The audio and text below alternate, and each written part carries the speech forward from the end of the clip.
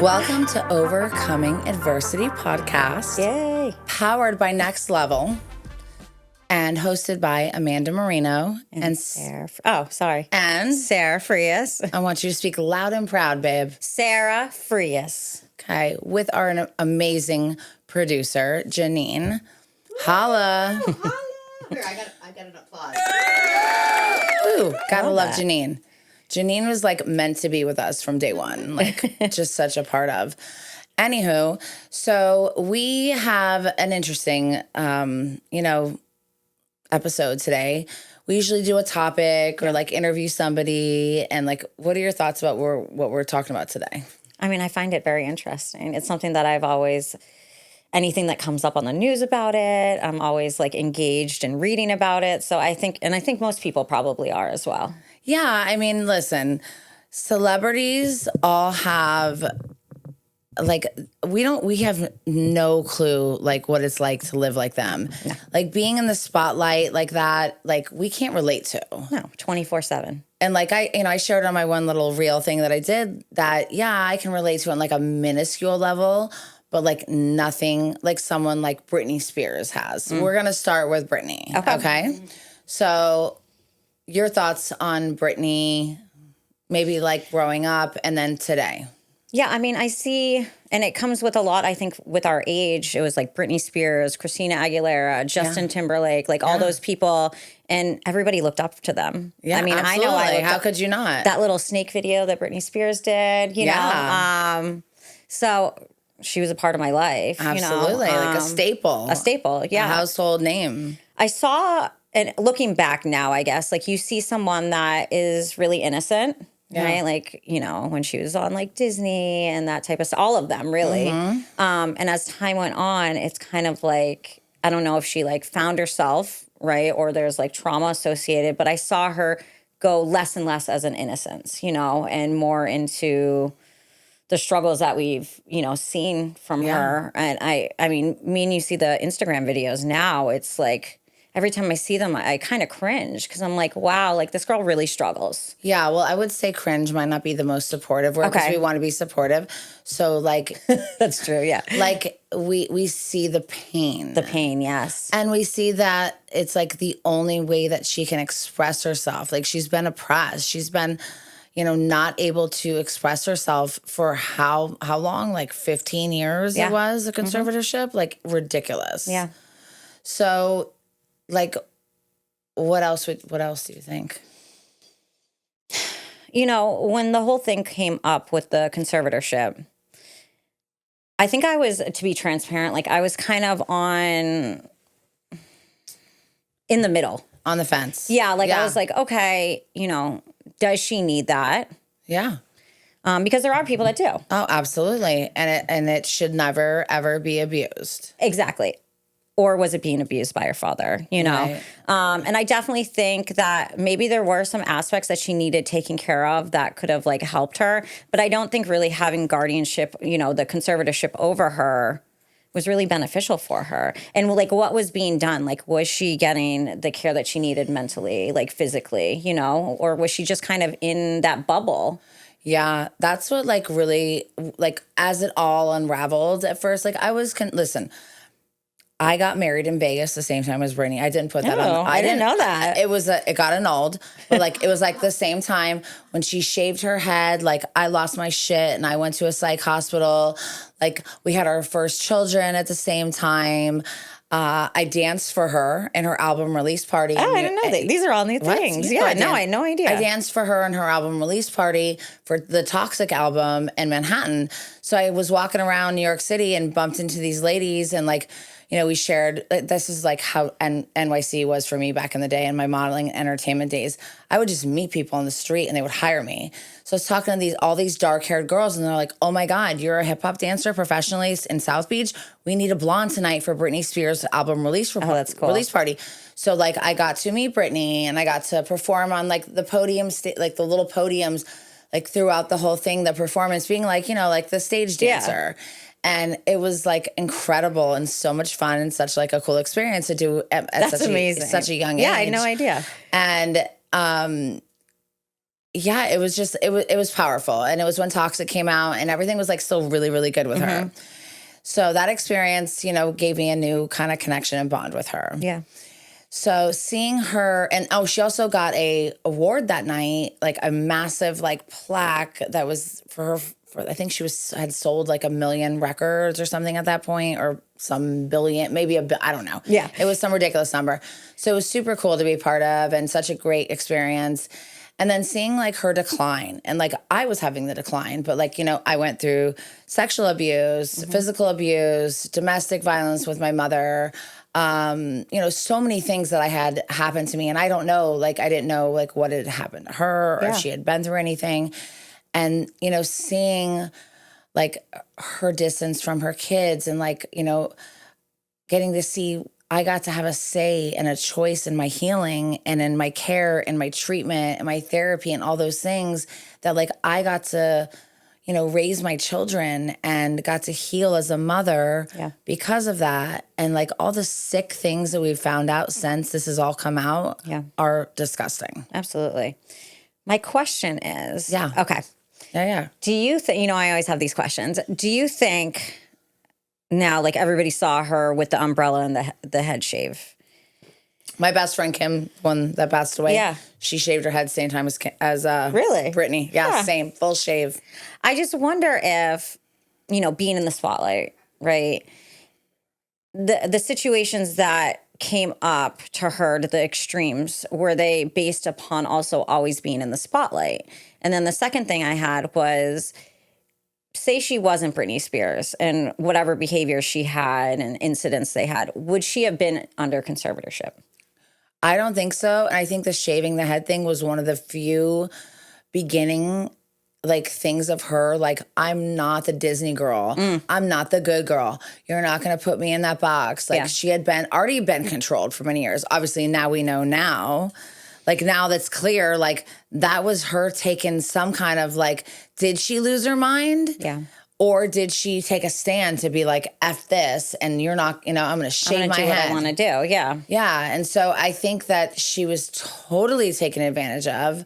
I think that when you hear that she was forced to perform, right, in Vegas, all around the world, but was not allowed to go on a trip, wasn't allowed to get her hair done, her nails done, you know, towards the end of it, had to have an IUD, had to have injection shots in her, you know, not like the team that was medically like planned by her father was dictated, I feel like, by him. Absolutely. And not by her. Like if Britney Spears would have been asked, hey, we know you're hurting, we know you're struggling. What are you willing to do? What do you think could help you? Yeah. Don't you think things would be different? Probably. I mean, absolutely. I mean, and then maybe if she wasn't in the right state of mind at the time, get her stabilized. Yeah. And then ask her those questions. Yeah. Because it was with my mother, I sat there and called programs with her in the Yellow Pages days. Yes, I'm dating myself, my friends. But like there was no online searching for like help and treatment and whatever. So like I got to sit there with my mother after causing so much havoc, like had been trafficking drugs since I was 15, in and out of psych hospitals, in and out of rehabs, ran away, you know, stole things from my parents. I mean, just like the list goes on and on of how much I put them through. Yeah. And they could have chosen that route. They could have said, hey, I want to do something like that. But they gave me autonomy in my care. Yeah. And I got to pick my treatment center, you know, that was going to address my trauma, my sexual abuse, you know, my substance, like my numbing myself with the different things. My first thing was shoplifting. That's what I numb myself with. Yeah. So, you know, I feel so grateful, especially now that like my mother gave me that opportunity to choose my care or to have a say in it. Yeah. And like with interventions, yeah, are people like, oh yeah, I'm so grateful and I got intervened on and I get to get that's different. Yeah. Because there's moments where we are not capable of making the right decision. Yeah. But get her somewhere stable and then ask her what will be helpful for you, for your self, your mental sanity. If you are misusing substances, for your children, to be a mother, like what will help you? No, I am going to put $1 million. No one asked her that question. I was just going to say that, actually. What were you going to say? That I wonder if it was like, did they go directly to that, versus like having like alternatives, besides that?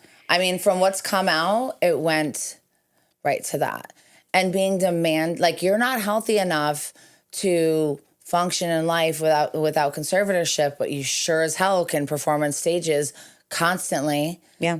Right? Yeah. Like, that's not okay. No, it's not. And so I know that the laws are being more tightened up with the conservatorship, which I think is like really, really needed, because I think that Britney would be in a very different situation today. And like the thing that I made, the video I made about her recently was like, I hope that she comes across it, because not all providers are going to harm you. Mm-hmm. There is such quality help out there. Yeah.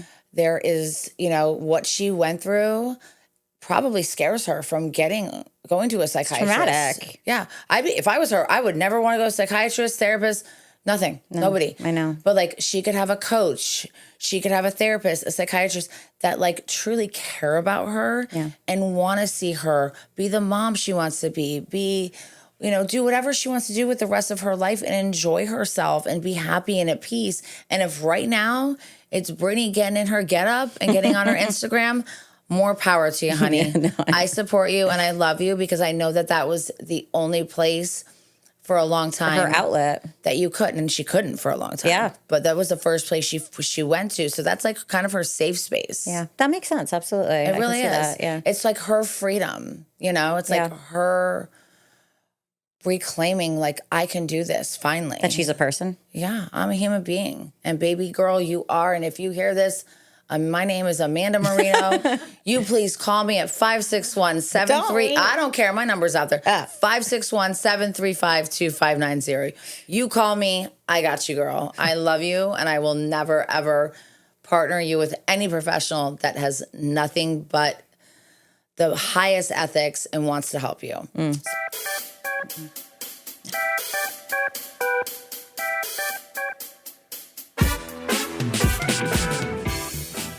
Hi, welcome back to Overcoming Adversity, sponsored by Next Level Recovery Associates. We had to take a quick little break. Yeah, we had to unpack some of that. That was heavy. That was a lot. Yeah. We have another heavy one right now. So her name is Lily Phillips. Okay, Lily Phillips started her OnlyFans at 19 years old. Mm-hmm. And she grew her following of paid subscribers to 36,000 by the age of 23. It's crazy. She's from the UK, mm-hmm. and she comes from a very well-off family. Mm-hmm.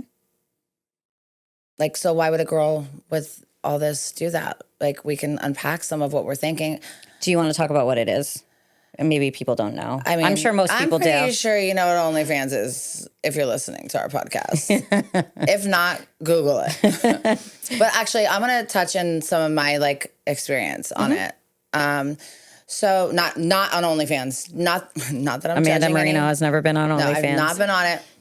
However, I was in the entertainment scene from ages 4 to 22. So I did a lot of modeling, acting, music videos.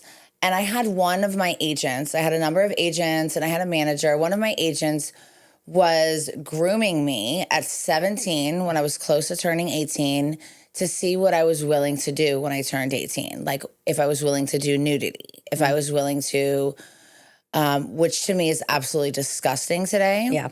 And I was in an R. Kelly video. I shared that recently. I've been in a number of music videos, but I was specifically an R. Kelly video, which we know all the things that have gone down with him, which are disgusting. And I just keep looking back and saying, thank God I was placed with Method Man and Redman, who were so cool and so fun and so respectful. God forbid, if I was placed standing next to R. Kelly, I could have been one of his victims. Oh, yeah. But my agents started to prep me at 17. I was asked, will you, at 17, not even 18 yet, would you do Playboy TV? Would you do The Girl Next Door? It's very tastefully done. Would you do Hotel Erotica, Skinamax stuff? I shouldn't have been asked that at 17. Like, I my mother agree. was not present. That's crazy. All those, it's insane. It's gross. Imagine, like, I mean, as a mother, like, I have a 19-year-old and a 12-year-old, like, I would really mess someone up if they I know. try to find my child like I that. would with you. So, you know, like, I ended up, and I was so ashamed of this stuff for so long and like would never share it with anyone. But I did do Playboy TV, The Girl Next Door. And, you know, like it was tastefully done, but like and I thought that because I was sexually abused and I was super shy and embarrassed of my body and uncomfortable being naked, that it would help me feel more comfortable in my Open up, skin. yeah. I was like, well, maybe if I do some stuff with nudity, like I'll feel more comfortable being naked. Yeah, I could see that. And it did not do that. It did the opposite. Yeah. It did not do it. It did not work. So if you are thinking that, it doesn't work. And I did things like, you know, Hotel Erotica, which was on like Showtime. It was like a late night, like, Oh my God, I remember that. I call it like Skinamax. Yeah, I was like, oh so my God, not real porn, but like soft porn. It was definitely soft and porn. risque scenes and things like that. And like, you know, I was okay and cool. I thought it was cool when I was younger, but like as I became like a mom, I became terrified of it getting out there and just really scared of a lot of things. So I just wonder, you know, if this young woman, Lily, we try to research and see, has she had sexual abuse? Has she had trauma? There wasn't anything that popped up. Yeah, like what did you find? So what I read was that, you know, basically it seemed like this girl's really confident. Like, I'm gonna have sex with, you know, 100 guys in a 12-hour period, but really when it came down to it, and there's a documentary that she has, she's tearful. And one of the things she says is, I want to make sure everybody's happy or satisfied. I don't know. It kind of brings me back to, now I've never been on, you know, OnlyFans. I've never done any of those things. So I look at that and it really makes me sad. I feel like nowadays our culture is about money and what people call like clout. I guess I'm old. Yeah, like money, money, fame. And however you're going to get it, do whatever you have to do to get it. But like Sell yourself. to boast about having sex with that many people, I like a lot of people comment like, oh, that's disgusting. I just find it really sad. To me, it's extremely sad. And in one way, maybe she feels like in control and like in her mind, like not real, like in her version. And we're all speculating, right? I've never talked to Lily. I would love to talk to her and support her. Yeah. But this is speculation. Maybe she feels like she didn't have say and control in her life prior, you know, when she was younger and growing up in an affluent family. Yeah. Maybe she didn't have the attention from her parents that she wanted. Yeah. Maybe it was resentful and wanted to be like, F you, mom and dad, look what I'm going to do. Like, I mean, those are like so many possibilities, but there's so much more to unpack. Yeah. There was a part in there that she stated that after 30 of the guys, she disassociated from it, which makes sense. And why she did is really upsetting too. Yeah. It was because there was so little time to make sure that all of these 100 people, it was 24 hours, just so you know, not 12. Oh, I thought she did it in 12. In 24 hours. Am I being corrected? Is it 12 or 24? I thought it was 24.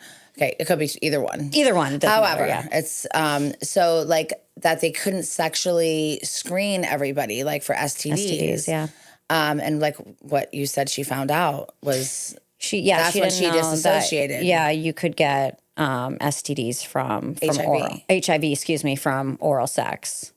Yeah, and so then, and that shows how naive, to be honest, like a lot of these girls are. Look, you see on Instagram, social media, I mean, we work with, you know, digital addictions all the time, is all these girls are on OnlyFans making millions of dollars, like Bad Bobby, or however you say it. And they want to be like that. Look at all the attention I'm getting. But what you're doing is, I mean, think about in the future.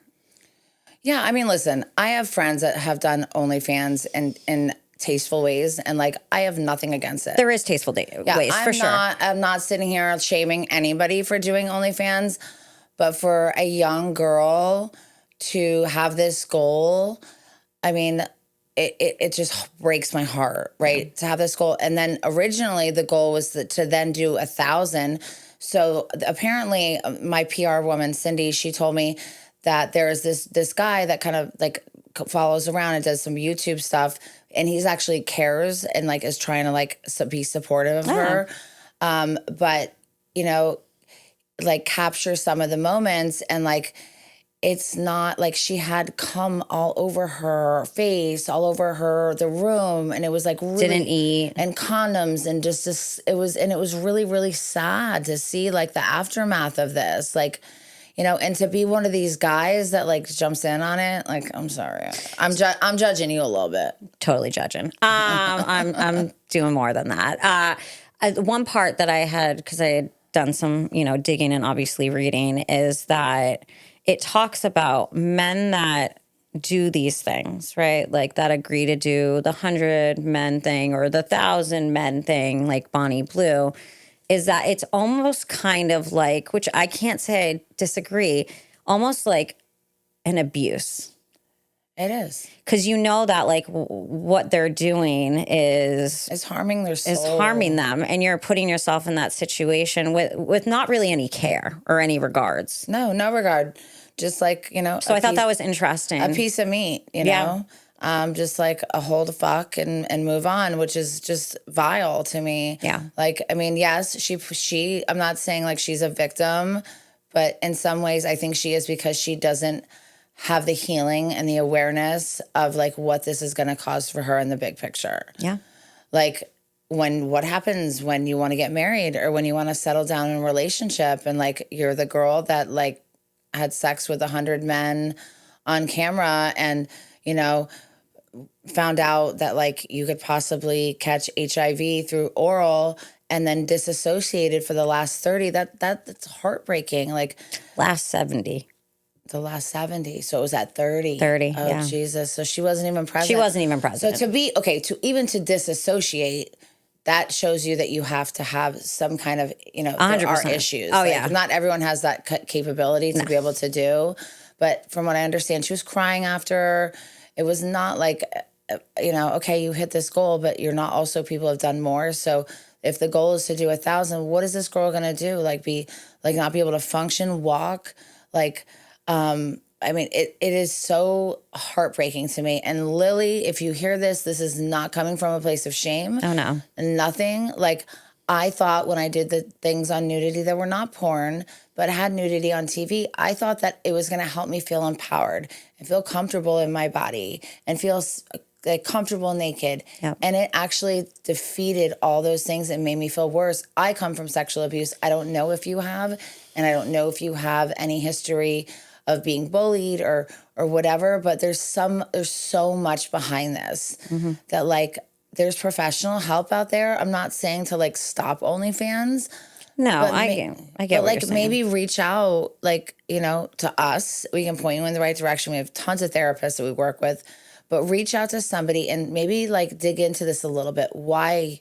What? Like, what's the why? Yeah, there's always a why. Yeah, I mean, the why isn't just to like be in control and this be your call and you wanting to do this and you getting this satisfaction and this attention. No, there's for sure there's some other reson why behind it. There's a deeper why. Yeah. When I found out about it, I mean, it's everywhere. I know, but when I first I wanted to cry. Like there's ways to be famous, there's ways to be successful, there's ways to make money that you feel like so good about yourself at the end of the day and lay your head on your pillow at night. I can tell you right now, from being like the one white girl in many hip hop videos and objectified for my body, like doing bikini contests and dancing in music videos half naked and doing Playboy TV and like all those things. Those were fulfilling for me at the time because I was not healed and not like I'm healed today. I'm healing. But like those things at the time like made me so excited and well, some of them, and proud of myself and like, you know, felt like empowered and like a badass. But like, let me tell you, going on to intervention at 43 years old as a woman of substance, because I'm smart, because I'm good at what I do, not because I can shake my ass and I have a perfect body. Yeah. You know, I was objectified for my body. Yes, I did make the decisions, but I was still like so wounded that I don't know if I was capable of making those decisions that could affect the rest of my life, right? Yeah. Absolutely. I mean, think about how much you've grown even from when you say, okay, she's what, 24 now? 25? Think about how much you've grown since that period of time. Like leaps and bounds. It's like lifetimes ago. And that's the whole thing. You see a lot of girls like that age that I think really haven't grown, right? They have stuff that like, and I'm not saying everybody, obviously, and I'm just like you said, like spectating, but like speculating.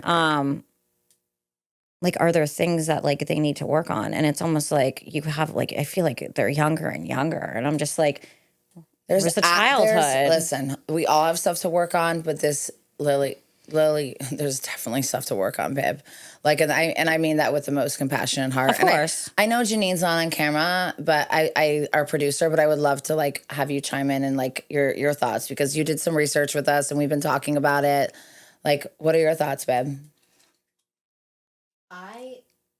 Here I go. So I feel really fortunate that like I never had, I was raped one time, but it was when I was 18. It was actually two friends from high school, which was very traumatic. But like I didn't have sexual abuse from like childhood. Like I was. But don't minimize that. You still were violated and raped, and that's still just as bad. True, and it was an awful situation. And they always say it's a lot of times by people you know. And it was my best friends from high school, two best friends from high school. Wow, and it was awful. And but I look at that, and I looked at what I did after that, and you know, I think people go through different phases. I definitely went through a phase in my 20s where I was like, I wanted to feel sexy and I wanted to feel, you know, I thought that by looking a certain way and having sex, it validated me as a woman, and it just made me feel worse. Like it just made me feel crappy.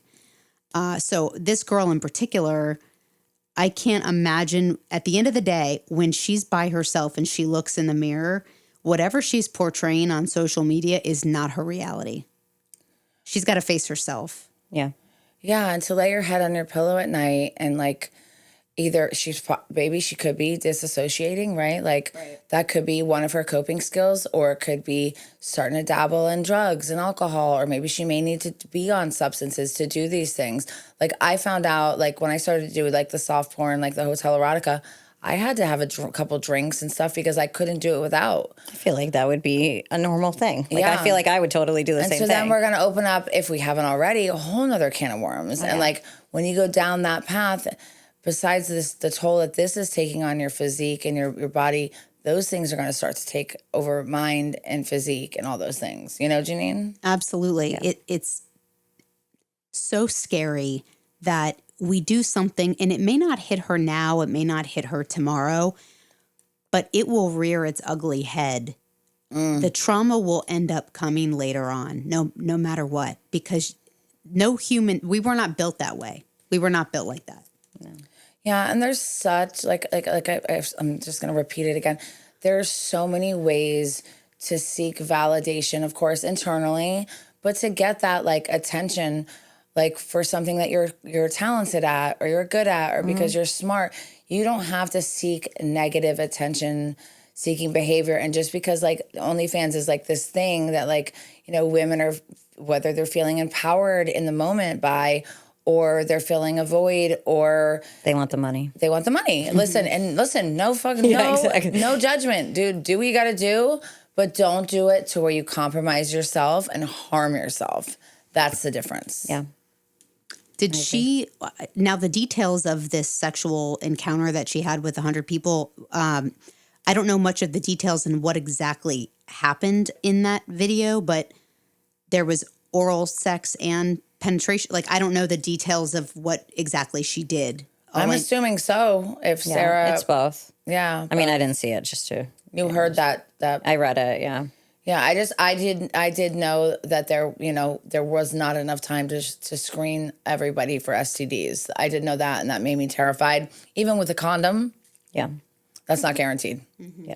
No. You know, we have one life to live. And, we're all going to make choices. We're all going to make, decisions that we may regret someday down the road. And listen, and maybe we're all completely wrong. And maybe, maybe I'm wrong. Maybe you loved this and you love it and you're good with it and there is nothing behind it. Maybe it doesn't have to do with being privileged growing up. Maybe it has nothing to do with the F you to your family. But in case there is, just know that you're loved and that you do deserve to have like happiness and peace. And if that's how you're finding it, I pray for you that if that is it, that is it. And I pray for you that if it needs to be something else, like to fill your soul, that could be like long-term, not just some instant gratification or instant attention. There's so many ways out there that we can get that. Yeah. So many. Any last thoughts, ladies?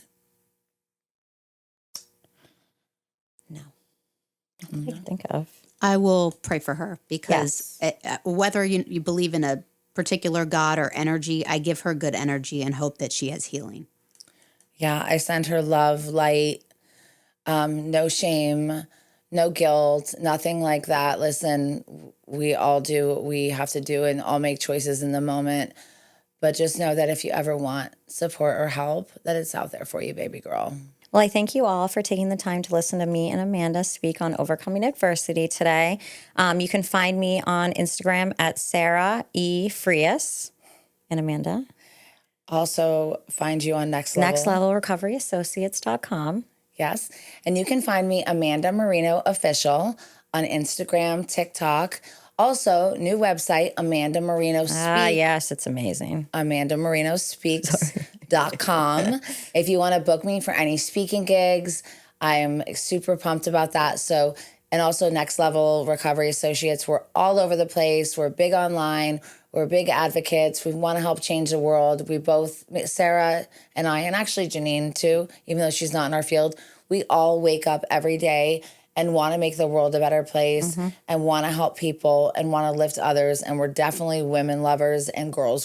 Yes. So please reach out to us if you hear anything that resonates with you. And Lily, if you see this, or Britney, if you see this, we send you so much love and pray for you. If you don't believe in prayer, we send you good vibes and energy. Good vibes. And listen, reach out anytime.